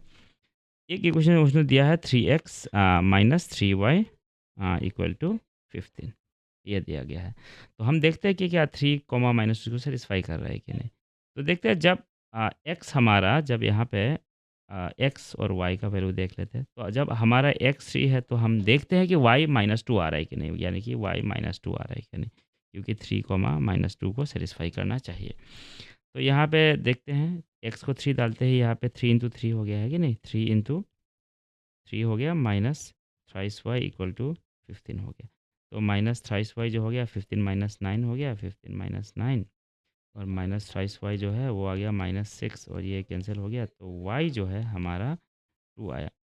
तो हमारा ऑप्शन जो है, ये ऑप्शन नंबर 1 जो है, ये फर्स्ट इक्वेशन ये तो नहीं आएगा, है ना। फिर अभी हमारा सेकेंड इक्वेशन चेक करते हैं। सेकेंड इक्वेशन क्या लिखा हुआ है, सेकेंड इक्वेशन है हमारा twice x minus thrice y is equal to 12। तो ठीक उसी तरह से एक्स एंड वाई का सॉल्व करते हैं। तो एक्स में जब मैं 3 डालूंगा तो मैं चेक करूंगा कि क्या वो वाई -2 दे रहा है कि नहीं। तो देखते हैं इस यहाँ से भी, तो 2 × 3 यानी कि एक्स पे 3 minus thrice y is equal to 12, तो 3 3 6 हो गया। तो माइनस थ्राइस वाई जो है वो जाके बन गया 12 - 6। तो माइनस थ्राइस वाई जो है वो बन गया मेरा 6, और यहाँ से वाई इक्वल टू -2 बना। हाँ, तो ये जो इक्वेशन है ये इसको सेटिस्फाई कर रहा है, ऑप्शन नंबर 2 सेटिस्फाई कर रहा है। हम्म, चलो ऑप्शन नंबर देखो, यहाँ से देखो, जहाँ जहाँ ऑप्शन 1 दिख रहा है हमारा बुक ऑप्शंस में, वो तो एक्चुअली ये निकल जाएगा, ये ऑप्शन तो निकल जाएगा, ये भी निकल जाएगा, इसमें 1 है। तो हमारे पास या तो बी और डी बचेगा, तो ऑप्शन नंबर 3 तक 3 चेक करते हैं अभी। तो option number 3 sorry, option number 3 check करते हैं अभी। तो हमारा 3 का इक्वेशन जो है वो क्या है, 3 का इक्वेशन जो है हमारा 2x - 3y = 14 है। 2x - 3y, नहीं ये तो सॉल्व नहीं होगा, क्योंकि देखो ये 2x - 3y ऑलरेडी है और ये भी 2x - 3y है, तो ये दोनों तो एक समान नहीं होने वाला है। तो नहीं, हम यहाँ पे रुक जाएंगे और कहेंगे कि only option number 2 is correct. तो यहाँ पे ऑप्शन नंबर 2 कौन सा दिख रहा है, जो कि हमारा 26 है। तुम चेक करके देखना, यहाँ पे डाल के देखना, वो नहीं बने, क्योंकि एक सेम ही equation 2x - 3y 2x - 3y, एक में 12 है, एक में 14 है। जब 12 सेटिस्फाई करे तो 14 ऑब्वियस सी बात है सेटिस्फाई नहीं करने वाला है। ठीक है, चलो तो फिर अभी देखते हैं क्वेश्चन नंबर 27। क्वेश्चन नंबर 27 क्या कह रहा है कि if the equation mx + 4y - 6 = 0 and ny - 2x is 12 have infinite solutions, यानी कि इनफिनाइट सॉल्यूशंस की बात कर रही है। तो इनफिनाइट सॉल्यूशंस में कंडीशन क्या था कि दो इक्वेशंस है, दोनों का इनफिनाइट कंडीशन क्या था कि अगर a1/a2 equal to b1/b2 is equal to c1/c2, है ना। ये इनफिनाइट कंडीशंस का क्राइटेरिया था। तो हमारा दो इक्वेशन क्या था, एक तो है mx + 4y + 4y -6 is equal to 0, और एक कंडीशन है हमारा n अच्छा y है ना, तो एक काम करो, y के साथ लिखता हूँ मैं। तो ये जो है एन वाई, यहाँ पे एन वाई के साथ लिखता हूँ, माइनस 12x। एन वाई के साथ प्लस है, देखो यहाँ पे स्टार्टिंग में ही प्लस है। हाँ, प्लस 12 इक्वल टू 0। अच्छा, अभी देखते हैं, यहाँ से बन जाएगा a1/a2। a1 मतलब ये a1 है और ये a2 है, सॉरी b1 है और ये c1 है, फिर ये a2 है, वैसा करके, है ना। तो a1/a2 क्या होगा, m/-12 होगा, किसके बराबर होगा, 4/n के बराबर होगा, और ये बराबर होगा -6/12 का, है ना। साइंस के साथ अगर यहाँ पे देखो -12 है ना, तो ये आएगा, और यहाँ पे -6 है ना, तो माइनस भी आएगा, याद रखना ये बात।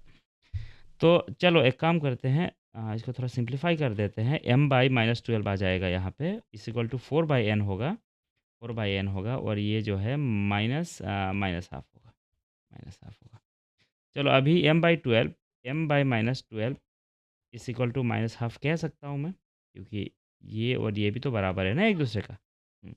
तो यहाँ से माइनस और माइनस कैंसिल हुआ, तो फिर m का वैल्यू जो है वो 12/2 आया, जिससे 6 आया, है ना।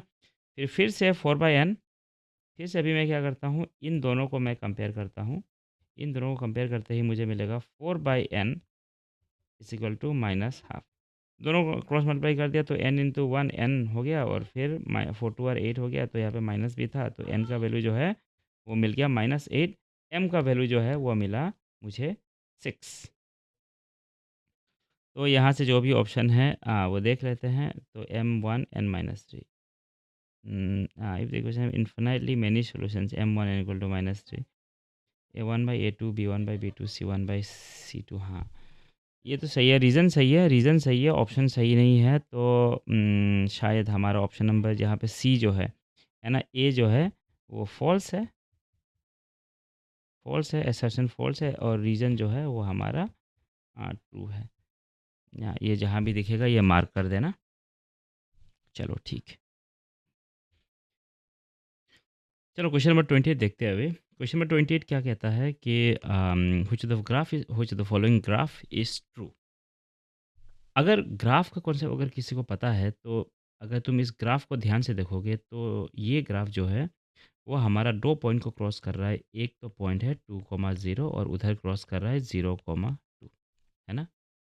फिर तुम्हें इसके बाद क्या करना है, स्पेशली इन सभी इक्वेशन में तुम ये डाल के देख लेना कि ये 0,2 और 2,0 क्या इन सभी इक्वेशंस को सेटिस्फाई कराएंगे। फॉर एग्जांपल अगर इस इक्वेशन की बात करें तो x minus y equal to 0 है, तो मैं क्या करता हूँ, देखो जब x और y की वैल्यू देखूँ, तो जब x 0 है तो y 2 था, है ना, और जब x 2 था तो y 0 था।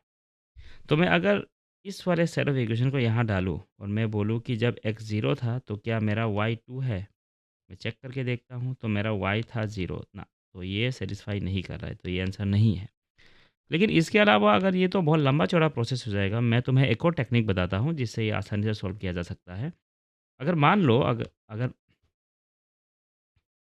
अगर मान लो कोई ग्राफ है, और ग्राफ में अगर तुमको दो ऐसे लाइंस दिख रहे हैं ऐसे करके, जो कि यहाँ से कुछ इंटरसेक्ट कर कहीं से भी हो सकता है, और तुमने देखा कि ये एक्स का कोई ए डिस्टेंस में ट्रेवल कर रहा है, ए डिस्टेंस दूर, मतलब वो कर रहा है, मतलब एक कट कर रहा है एक्स एक्सिस को, और ये कोई बी डिस्टेंस दूर वाई को अगर कट कर रहा है, तो इसका सिंपल सा इक्वेशन जो है वो x by a plus y by b equal to 1 हो जाता है। इस केस में, इस क्वेश्चन वाले केस में, ये जो है एक्स का दो डिस्टेंस दूरी में कट कर रहा है, प्लस वाई का भी दो डिस्टेंस दूरी में कट कर रहा है, और x/2 प्लस y/2, इसको सॉल्व करोगे तो मिलेगा x plus y equal to 1, जो कि हमारा ये वाला इक्वेशन को सेटिस्फाई करता है, और हमारा ऑप्शन जो है ऑप्शन नंबर 28 होगा। चलो नेक्स्ट क्वेश्चन देखते हैं। The value of x for which twice x plus 10 and 3x plus 2 are the consecutive terms of an AP। तो इसमें हम लगाएंगे AM का कॉन्सेप्ट। जैसे अगर मान लो A, B, C, अगर ये तीनों अगर AP में है, तो जाहिर सी बात है B माइनस ए भी हम कहेंगे कॉमन डिफरेंस हो सकता है, या फिर C माइनस डी को भी कॉमन डिफरेंस कह सकता है। यानी कि B माइनस ए जो है वो C माइनस बी के बराबर होगा, और सॉल्व करोगे तो B जो है वो A प्लस C/2 के बराबर होगा। तो इसी कॉन्सेप्ट को एक्सटेंड करते हुए जब हम कहेंगे कि बीच वाला जो वैल्यू जो है x+10 जो है, ये x+10 जो है वो किसके बराबर होगा? इन 2 नंबर्स का मीन के बराबर होगा, यानी कि twice x plus 3x+2 divided by 2, ठीक है? यानी कि ये पहला नंबर और ये लास्ट वाला नंबर। तो इन्हीं कॉन्सेप्ट को एक्सटेंड करते हुए 2 टाइम्स ऑफ x+10 इसको सिंप्लीफाई करने जाते हैं तो फिर 5x+2 होगा। इसको थोड़ा और आगे सिंप्लीफाई करते हैं, twice x+20 equal to 5x+2। और ट्वाइस x 5x क्या हो जाएगा? ट्वाइस ये हो जाएगा 2x माइनस 5x हो जाएगा, और यहाँ पे 2 माइनस 20 हो जाएगा। इस इक्वेशन को और सिंप्लीफाई करेंगे तो माइनस 3 टाइम्स ऑफ x हो जाएगा और minus 18, minus minus cancel, x का वैल्यू जो है वो 18 डिवाइडेड बाई 3 हो जाएगा, जो कि हमारा 6 होगा।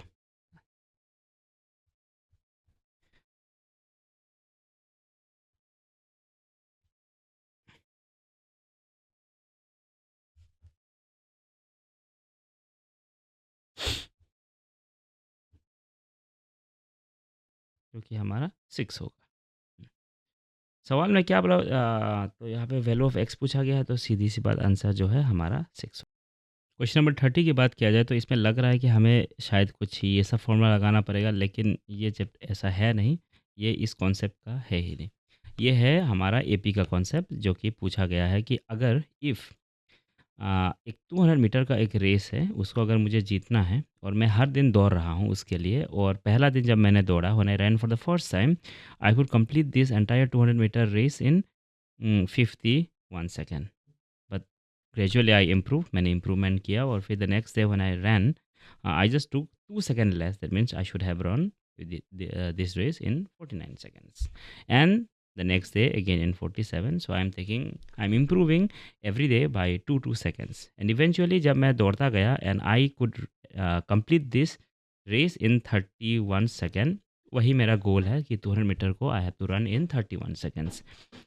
तो सवाल ये है कि मतलब ये कौन से दिन को होगा? तो ये पहला दिन है, यानी कि विच is my A1 day, this is my A2 day and so on, and this is my A3 day and so on, and this is, let's say it is my AN.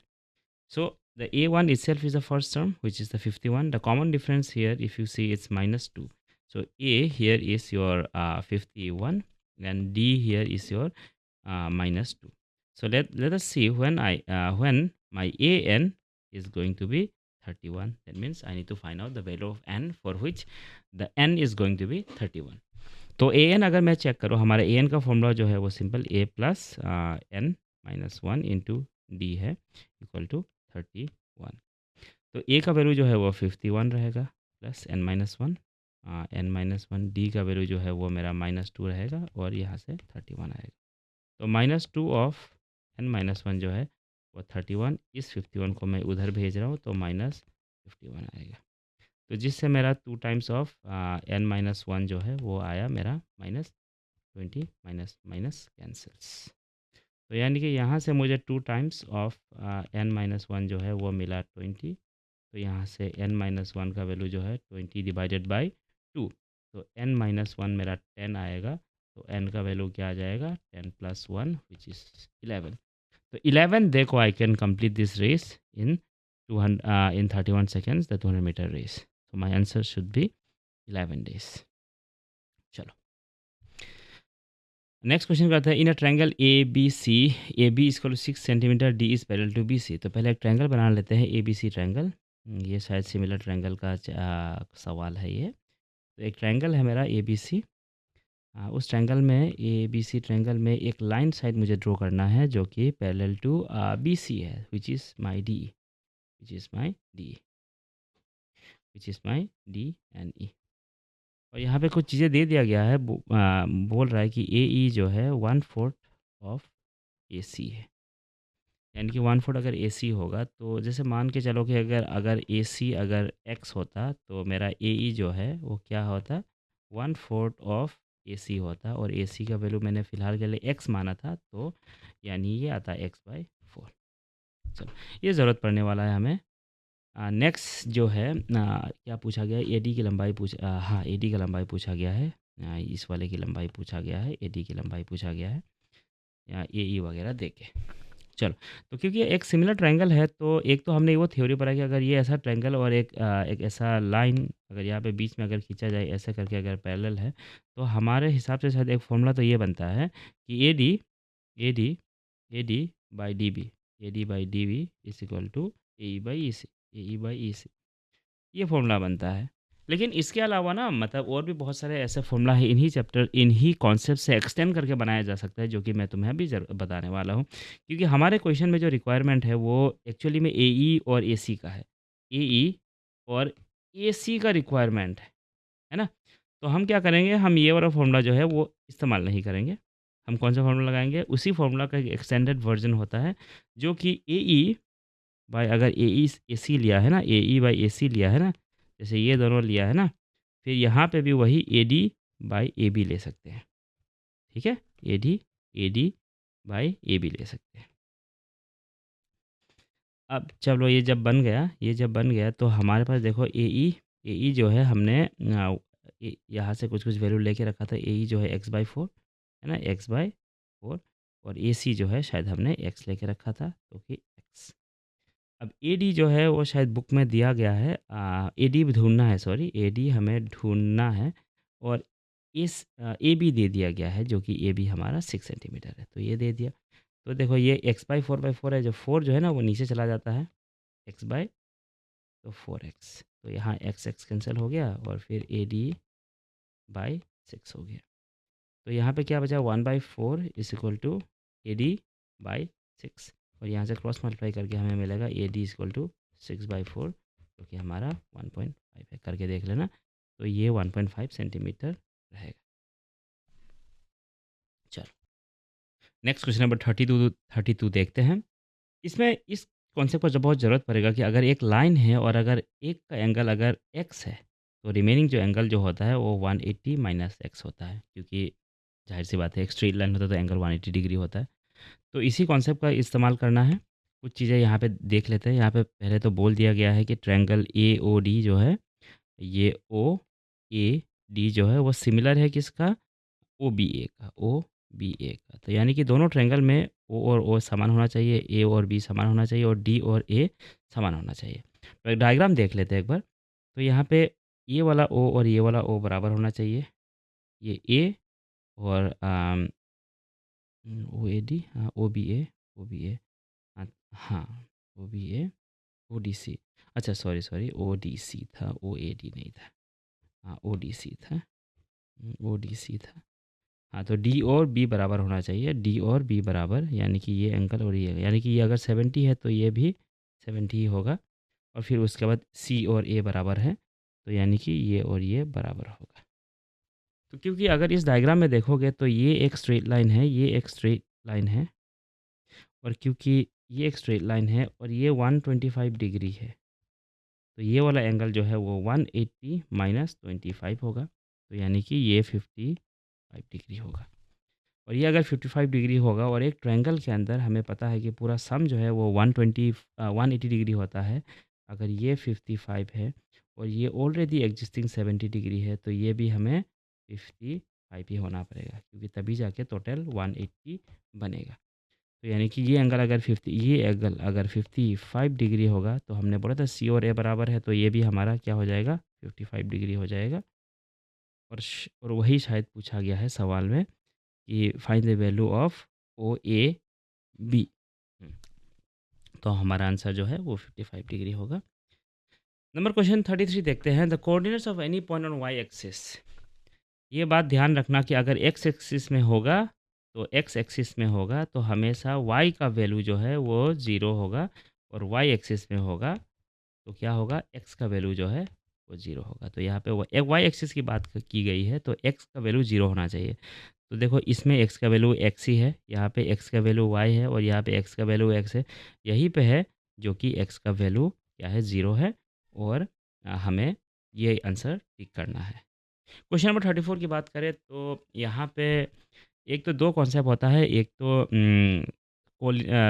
Collinearity का, कि मतलब अगर हमने ऐसे prove कर लिया, अगर suppose मान लो ए बी है और ये ओ है, तो हमने ऐसे मान लिया कि ए से ओ की लंबाई, ओ से बी की लंबाई मिल के ए बी की लंबाई अगर सेम है तो भी कोलिनियर हो सकता है।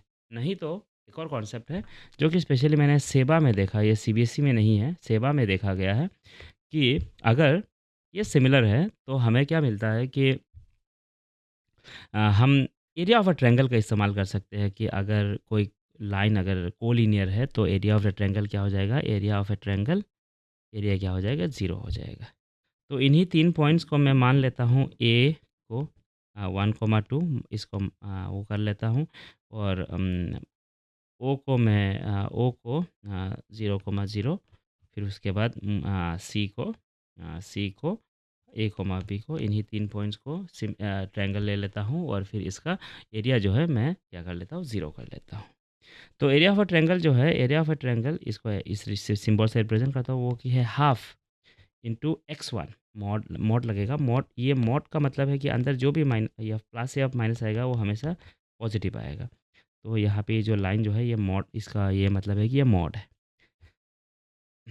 हाँ, तो चलो यहाँ से किसी को भी x मान लो, कोई x1 मान लो, इस चाहे तो इसको x1 y1 मान लो, है ना? इसको फिर x2 y2 मान लो, फिर इसके बाद इसको x3 y3 मान लो। अब फॉर्मूला बहुत सिंपल है कि अगर x1 माना है तो y2 minus y3, y2 minus y of 3, ठीक है? फिर उसके बाद प्लस, फिर इसके बाद x2 लूँगा तो y3 माइनस y1, यानी कि एक साइकिल जैसा चलेगा, यानी कि y3 माइनस y1 अब चलेगा। अब जब मैं x3 लूँगा तो y1 माइनस y2 हो जाएगा, प्लस प्लस जब मैं इसका, सॉरी ये x2 रहेगा, हाँ, x3 होगा तो y1 माइनस y2 रहेगा, y1 माइनस y2 रहेगा। चलो देखते हैं, आप एरिया ऑफ ट्रायंगल को क्या करना है, 0 करना है, क्योंकि अगर कोलिनियर है तो 0 ही होगा। तो हाफ, है ना, हाफ मॉड x1 में क्या था हमारा, x1 में ये रहा हमारा x1, ये रहा हमारा x1, तो x1 का वैल्यू है हमारा 1, x1 का वैल्यू है हमारा 1 1 1, y2 का वैल्यू जो है हमारा यह क्या होगा, 0 0 माइनस बी, 0 माइनस बी, फिर उसके बाद प्लस जो हमारा x2 है वो 0 है, और 0 के बाद तो जो भी आएगा हमें उससे फ़र्क नहीं पड़ता, लेकिन फिर भी चलो मैं लिख देता हूँ b minus two, b minus two, b minus two, फिर x3 हमारा क्या होगा, x3 हमारा a होगा, a y1 क्या था, 2 माइनस 0, 2 माइनस 0।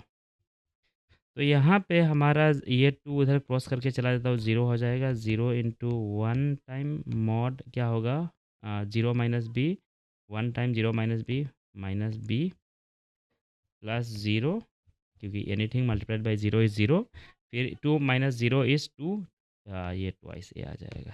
फिर ये है 0 is equal to mod of minus B plus twice A, ठीक है। फिर चलो फिर उसके बाद मॉड को हटा देते हैं, क्योंकि इसमें मतलब इसमें इतना कॉन्सेप्ट नहीं लगेगा, वरना प्लस माइनस करके खुलता है ये भी, वो इतना ज़रूरत नहीं है क्लास 10 में। फिर twice a equal to b हो जाएगा, और ये हमारा आंसर होना चाहिए, twice a is equal to B.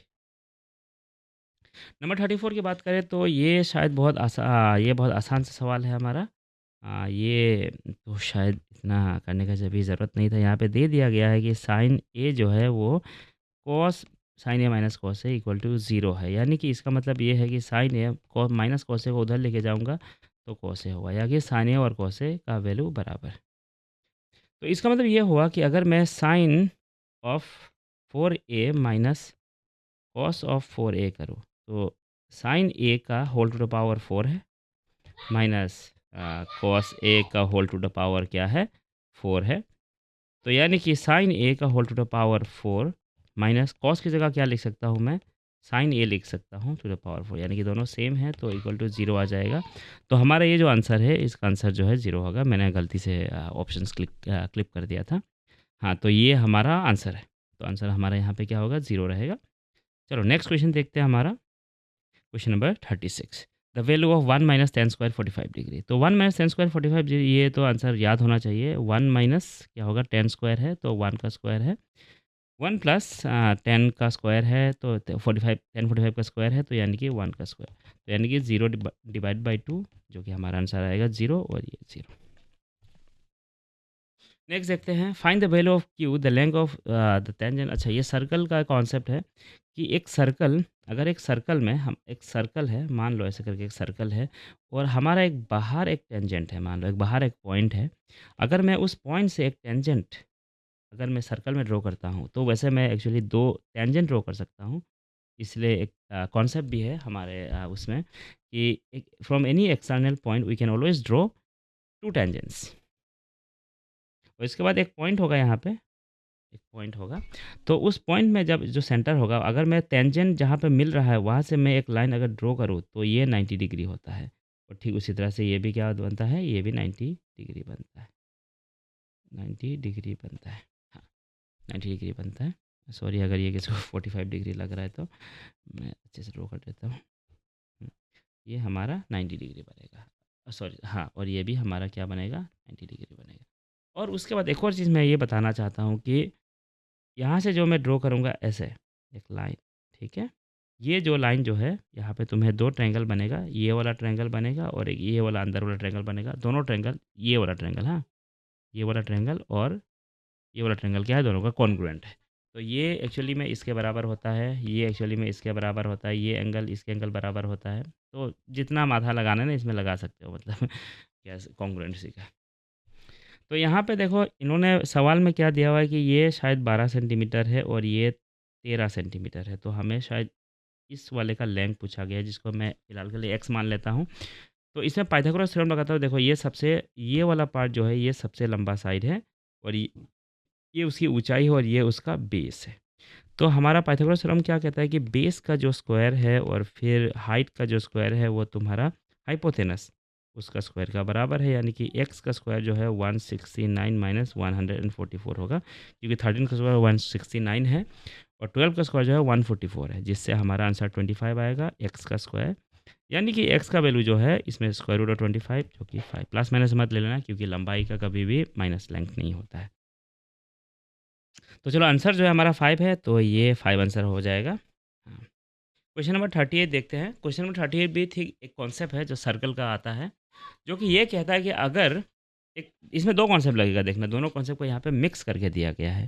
पहला कॉन्सेप्ट तो ये है कि अगर एक सर्कल है, एक सर्कल है, तो उसमें से जो बाहर एक पॉइंट से जो हम 2 टेंजेंट जो ड्रॉ कर सकते हैं, 2 टेंजेंट जो हम ड्रॉ कर सकते थे, वो 2 टेंजेंट जो हम ड्रॉ कर सकते थे, रुको, वो कर देता हूँ, हाँ, 2 टेंजेंट जो हम ड्रॉ कर सकते थे, वो दोनों टेंजेंट की लंबाई क्या होगी, बराबर होगा। अगर यहाँ से यहाँ अगर 5 है, तो यहाँ से भी यहाँ 5 सेंटीमीटर होगा। ये दूसरा, ये कॉन्सेप्ट है। फिर अगर यह सेंटर में अगर एक लाइन ड्रॉ करता हूँ रेडियस का, जो कि परपेंडिकुलर होगा, ये। और दूसरा कॉन्सेप्ट ये है कि अगर एक सर्कल के अंदर एक कॉर्ड है, और अगर उस सेंटर से मैं एक कॉर्ड से एक परपेंडिकुलर ड्रॉ करता हूँ, तो वो परपेंडिकुलर लाइन उस कॉर्ड को 2 इक्वल भागों में बाँटेगा। ये बता के रखा है। ठीक है? ये 2 कॉन्सेप्ट है और इसी का इस्तेमाल हम इस क्वेश्चन में देखने वाले हैं। तो देखो, यहाँ पे देखो, पीआर जो है, ये वाली लंबाई जो है, पीआर जो है, इसका 5 लंबाई है। देखो, पी से देखो 2 टेंजेंट ड्रॉ किया गया है, एक तो पी क्यू की तरफ और एक पी आर, यानी कि ये भी 5 होगा। अब थोड़ी देर के लिए ये बाहर वाला सर्कल भूल जाओ, ये अंदर वाला सर्कल भूल जाओ अभी, ये बाहर वाला सर्कल देखो, ये बाहर वाले सर्कल के लिए ये एक कॉर्ड है और इसके अंदर एक परपेंडिकुलर लाइन ऐसे ड्रॉ किया गया है। यानी कि ये परपेंडिकुलर लाइन इन दोनों को इक्वली भाग में बाँटा होगा, यानी कि अगर ये 5 है, तो फिलहाल ये भी 5 होगा। तो आंसर जो है, पीएस की लंबाई है, तो पीएस 5 प्लस 5 हो जाएगा, जो कि हमारा 10 सेंटीमीटर बन जाएगा। तो ये कॉन्सेप्ट है। तो ऐसे ना सर्कल के ना, मतलब ऐसे छोटे-छोटे चीज़ें पता कर लो, इतना मतलब मुश्किल नहीं है वैसे। 1-2 थ्योरम्स है और फिर 1-2 क्वेश्चन्स बनेंगे, वो बार-बार आते रहता है हर साल। नंबर और ये देखो, ये क्वेश्चन जो है ना, मेरे लिए थोड़ा मतलब थोड़ा कंट्रोवर्शियल क्वेश्चन मैं कहूँगा, क्योंकि number of parallel tangents can be drawn can a circle have. वैसे तो बहुत हो सकता है, अगर एक सर्कल है तो ऐसे इधर एक ड्रॉ कर दिया, फिर ऐसा एक ड्रॉ कर दिया। लेकिन शायद ये सवाल बनाने वाले बंदे ने, मतलब जो इसको सवाल सेट किया ना, ये सोच के सेट किया होगा कि मतलब ऐसे मान लो कि अगर एक टेंजेंट के कितने पैरेलल और टेंजेंट्स बन सकते हैं, मतलब ऐसे कुछ सवाल होगा, तो वो मतलब ऐसे 2 ही ऐसे बन सकते हैं। तो वैसे तो आंसर एक्चुअली इन्फिनाइट होना चाहिए था। एक सर्कल से बहुत सारे पैरेलल टेंजेंट्स बनाए जा सकते हैं एक सर्कल में। चलो नेक्स्ट क्वेश्चन देखते हैं। ये सवाल ये है कि अगर 2 सर्कल, एक छोटा-छोटा 2 सर्कल है ना? 2 सर्कल है और फिर उन 2 सर्कल को जोड़ के अगर मान लो एक बड़ा सर्कल बन रहा है, एक सर्कल इन दोनों को जोड़ के, तो बड़ा दो उन सब के रेडियस में क्या रिलेशन है? तो सवाल ये है कि ये छोटा सर्कल जो है इसका रेडियस r1 है, एक और का r2 है और इसका r है। तो if the sum of the areas of 2 circle with radius r1 and r2 is equal, यानी कि इन दोनों को जोड़ के एक और सर्कल है उसका बराबर है, तो रेडियस के बीच में रिलेशन क्या है? तो देखो ये छोटे वाले का क्या होगा, पाई r1 स्क्वायर होगा और पाई ये होगा r2 का स्क्वायर और ये है तुम्हारा पाई सॉरी r3 नहीं, सॉरी पाई r का स्क्वायर। यानी कि अगर यहाँ से देखोगे तो पाई r1 square plus pi r2 का स्क्वायर ये बनेगा पाई r स्क्वायर के बराबर। और यहाँ से अगर मैं पाई कॉमन ले लूँ तो r1 स्क्वायर प्लस r2 का स्क्वायर, फिर इसके बाद पाई r का स्क्वायर, पाई पाई कैंसिल, तो यानी कि r1 square plus r2 square equal to r square. तो ये है हमारा सही ऑप्शन। चलो चलो अभी नेक्स्ट क्वेश्चन देखते हैं, क्वेश्चन नंबर 41। क्या कह रहा है ये कि if the surface area of A sphere is 144 pi centimetre, यानी कि एक surface area of A sphere का फॉर्मूला क्या है, वो है 4 पाई आर का स्क्वायर, जो कि हमारा बुक में ऑलरेडी दे के रखा है क्वेश्चन में कि वो है 144 pi is equal to 4 pi r square. यहाँ से पाई पाई कैंसिल कर दो, तो यानी कि आर स्क्वायर जो है वो आर स्क्वायर जो है 144 डिवाइडेड बाई 4 आ जाएगा। तो आर स्क्वायर है 44, तो यानी कि आर स्क्वायर ये 36 टाइम्स जाएगा, 36, और आर का जो वैल्यू जो होगा स्क्वायर रूट ऑफ 36। इसमें भी प्लस माइनस नहीं लगाना है क्योंकि फिर वही चक्कर कि रेडियस माइनस नहीं हो सकता, तो यानी कि 6। तो ये ऑप्शन सही रहेगा। ए सिलिंड्रिकल पेंसिल शार्पन, यानी कि एक पेंसिल जो है, एक पेंसिल को ऐसे शार्प किया गया, उसको नुकीला किया गया ऐसे करके, फिर पूछ रहा है कि ये कैसा शेप ले रहा है। तो यानी कि एक तो ये पहला शेप जो है वो तो तुम्हारा ये हो जाएगा, सिलेंडर हो जाएगा, सिलेंडर सिलेंडर, और फिर ये वाला पार्ट जो होगा ये वाला हो जाएगा कोन। तो ये वाला ऑप्शन होगा ए कोन एंड ए सिलेंडर। अब क्वेश्चन नंबर 43, ये थोड़ा लंबा चौड़ा ऐसा करके दे दिया है, चलो देखते हैं। तो थोड़ा कैलकुलेशन चाहिए होगा। 6 नंबर, तीनों नंबर का मीन, यानी कि बंगाली में क्या बोलते हैं इसको, हाँ मध्य।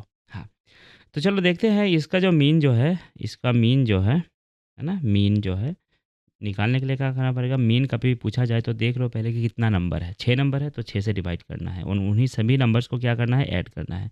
तो x minus 5 plus plus x minus 1 plus x minus 1 plus x, फिर उसके बाद है प्लस एक्स प्लस 2 है, फिर उसके बाद क्या है, प्लस एक्स प्लस 4 है, एक्स प्लस 4 है, फिर उसके बाद है एक्स प्लस 12।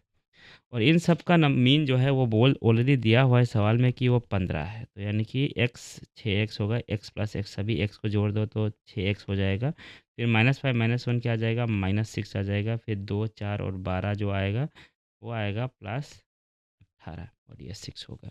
तो ये इसको उधर मल्टीप्लाई कर दो, क्रॉस मल्टीप्लाई, तो 15 6 क्या हो जाएगा, 90 हो जाएगा। और ये 6x 6x प्लस 12 हो जाएगा। इस सवाल को यहाँ से 6x जो क्या बनेगा, 290 माइनस 12 बनेगा, तो 6x जो है 90 माइनस 12 क्या हो जाएगा, फिर 78 हो जाएगा, फिर 6 हो जाएगा, सॉरी 6 हो जाएगा। तो यानी कि ये कितना हो जाएगा, ये हो जाएगा 13 6 78 हो जाएगा। तो यानी कि x का वैल्यू जो है वो आ जाएगा 13। अभी सवाल यहाँ ख़त्म नहीं हुआ है, सवाल यहाँ क्या बोला है ये कि then the mean of the first 4 number. तो पहला 4 नंबर का मीन कितना होगा। पहला 4 नंबर एक्चुअली में है क्या, पहला 4 नंबर था x माइनस 5, एक्स माइनस 5 यहाँ पर 13 हमें ऑलरेडी पता है, तो वो 13 माइनस 5 होगा, प्लस प्लस सेकेंड नंबर क्या होगा, वो होगा x माइनस 1, तो वो हो जाएगा 13 माइनस 1। फिर उसके बाद आएगा क्या, नेक्स्ट नंबर क्या आएगा, x था जो कि यहाँ पे 13 आ जाएगा, प्लस प्लस क्या आ जाएगा x प्लस 2, यानी कि 13 प्लस 2 और कितने नंबर से, 4 नंबर है तो 4 से डिवाइड करूँगा। 13 माइनस 5 हमारा कितना था, 13 माइनस 5 8 था, 13 माइनस 1 कितना था, 12 था। फिर उसके बाद 13 था, फिर 13 प्लस 2 कितना था, 15 था। तो 13 तो आंसर क्या हमारा 13 प्लस 12 13 25 25 प्लस 15 25 प्लस 15 कितना हुआ 40 हुआ, 40 प्लस 8 48 डिवाइडेड बाय 4, यानी कि इसको कैंसिल करें 12 4 जा 48, यानी कि हमारा जो आंसर जो है ऑप्शन नंबर डी बनेगा। नेक्स्ट क्वेश्चन देखते हैं। नेक्स्ट हमारा जो क्वेश्चन जो है वो है the probability of getting a bad egg in the box of 500 eggs is 0.028, यानी कि प्रोबेबिलिटी ऑफ दैट इवेंट, यानी कि उस इवेंट का होने का चांस कितना था 0.028, है ना। लेकिन हमें पता है कि 500 एग है, तो एक्चुअली में क्वेश्चन क्या होगा, खराब एग मिलने का था ना।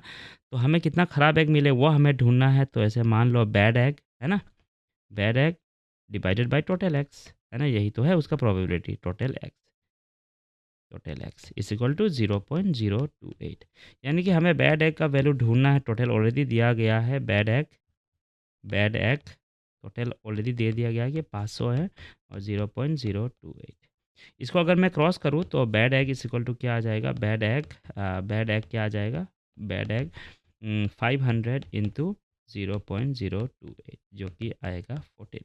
अगर टोटल एग है, टोटल अगर 500 है, अगर 500 है और उसमें से ख़राब अंडा जो है बैड एग, है ना, बैड अगर 14 है तो गुड एग कितना होगा, गुड एग होगा 500 माइनस 14, जो कि है तुम्हारा 486। तो हमारा ऑप्शन जो है 486 ये रहा। नेक्स्ट क्वेश्चन देखते हैं। The probability of getting an even number when a dice is thrown once, यानी कि हम एक डाइस को जब फेंकेंगे तो या तो एक आएगा, या तो 2 आएगा, या तो 3 आएगा, या तो 4 आएगा, या तो 5, नहीं तो 6। इसमें से इवन नंबर कौन कौन सा आ रहा है, इवन नंबर आ रहा है ये 2 और ये 4 और ये 6। तो उस इवेंट का होने का जो प्रोबेबिलिटी है, तो कितना बार हुआ, 3 बार हुआ, कितने में, 6 बार में, तो यानी कि 1/2 आया, जो कि आंसर हाफ होगा।